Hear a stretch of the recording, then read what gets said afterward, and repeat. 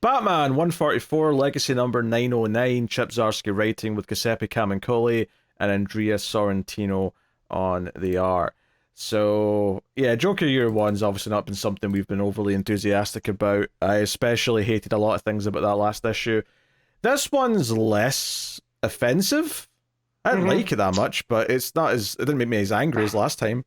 No, I didn't mind the past stuff, the year one stuff as much, because it ended up just becoming like a typical Batman story that was set year one, where he's dealing with corruption versus just the out and out supervillains. It barely had anything to do with Batman. It was mostly Gordon dealing with all these corrupt cops who became the Red Hood gang so basically a bunch of the Red Hood gang are all just corrupt cops, and they basically stage a little heist to steal a bunch of cocaine or whatever it is from the evidence locker. And a shootout sort of type siege happens at the station. And that's what most of the present day, or not even present day, the backstory part of the issue is. And it's mostly fine. I don't think it's a must read by any means. I didn't feel particularly moved by a lot of it, but... No, it was... Compared to what we have been getting, I like that it was straight and to the point. And like you said, it was Gordon dealing with the corrupt cops, and it felt more in tone with year one than anything else in the other two issues.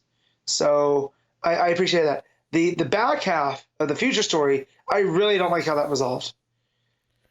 Yeah, we've got the Jokerized versions of all the Bat family chasing him, and he's on the run. The art here is gorgeous. I mean, we've been saying that every time with the Sorrentino stuff, but it is absolutely stunning to look at just on a visual level.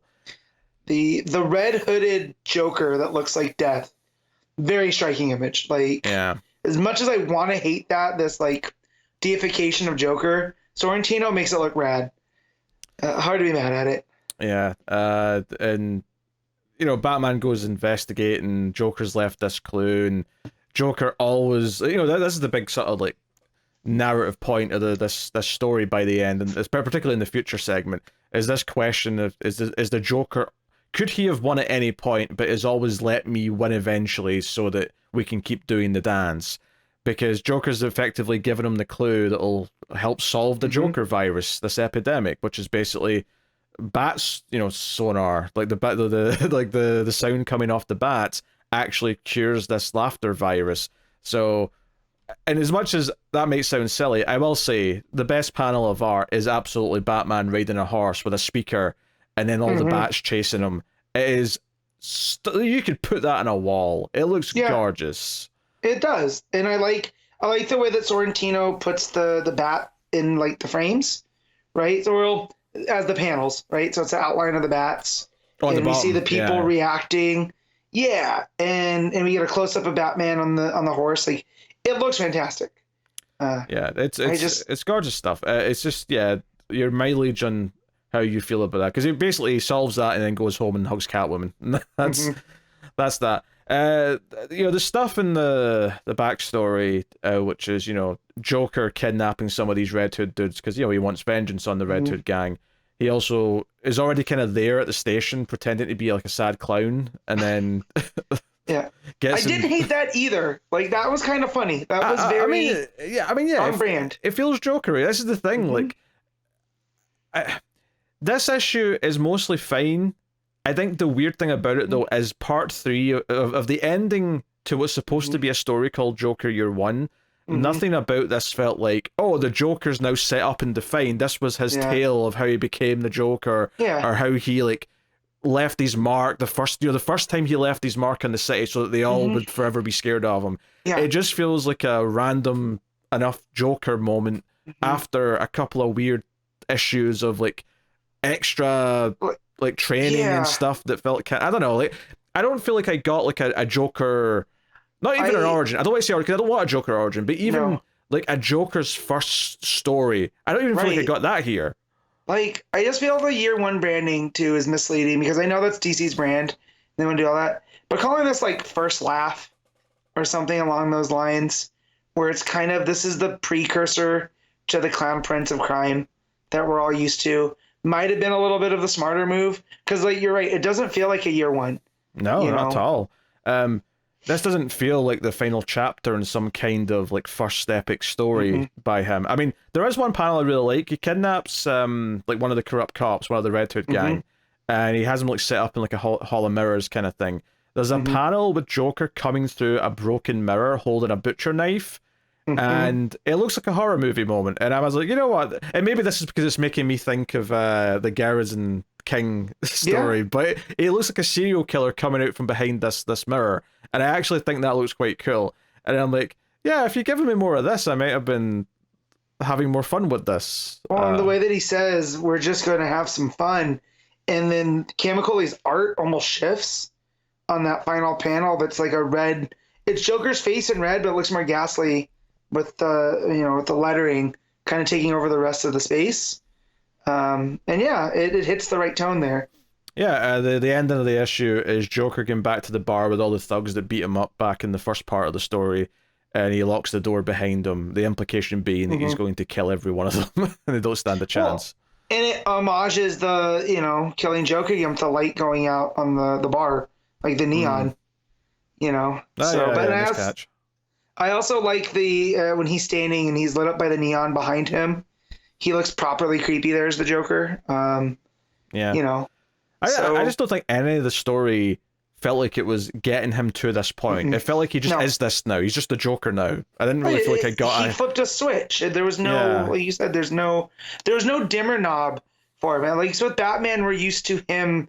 It was the whole point of the Zdarsky miniseries of the night was him breaking himself down to build himself up. I never felt that with Joker.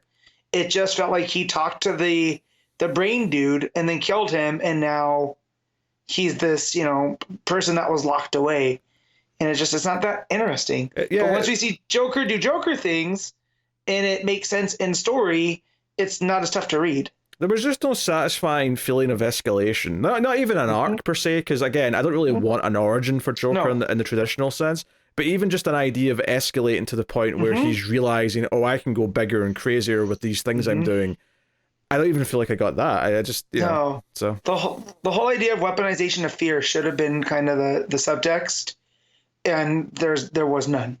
Yeah, we got a little bit of it in that last issue, but even here, I feel like there's not a lot of tension as far as the Joker. Like we see him as the sad clown, and we realize it's the Joker, but there's never even any big moment for the cops to realize it because Gordon's too busy with the Red Hood gang. Yeah, and Gordon, is doing his heroic stuff. He's making sure there's witnesses. He's making sure that these corrupt cops can be held accountable. That's all fine, Jim Gordon stuff. But it kind of feels like you say, there's no moment where Gordon's even aware the Joker was there, which is kind of odd. It doesn't. It feels like all the different parts of the plot don't feel that connected. They all exist in the same world, but none of them are really affecting each other all that much. Yeah. There's like a Venn diagram that doesn't cross over, right? It's just three circles. So yeah. So like I said, it didn't make me angry last issue. I was coming in here spitting fire. This issue, I'm just kind of like, there's a couple of good moments. Like I mentioned them. There's some good art, obviously from Sorrentino, but I feel kind of just ambivalent about the whole thing. Yeah, like it's on the better side of Zdarsky that we've had lately. So I'll give that. It's a low bar, but yeah. Yeah, but then I was getting ads for the next arc, and it's Batman, or the next part of the story of Batman, a prison in his own mind. I was like, oh my god, that sounds so awful. Please, just tell a story. It doesn't sound awful from anyone. Don't get me wrong. Like I think if there's certain creative teams that if you tell me they're doing Batman as a prisoner of his own mind, that's fine.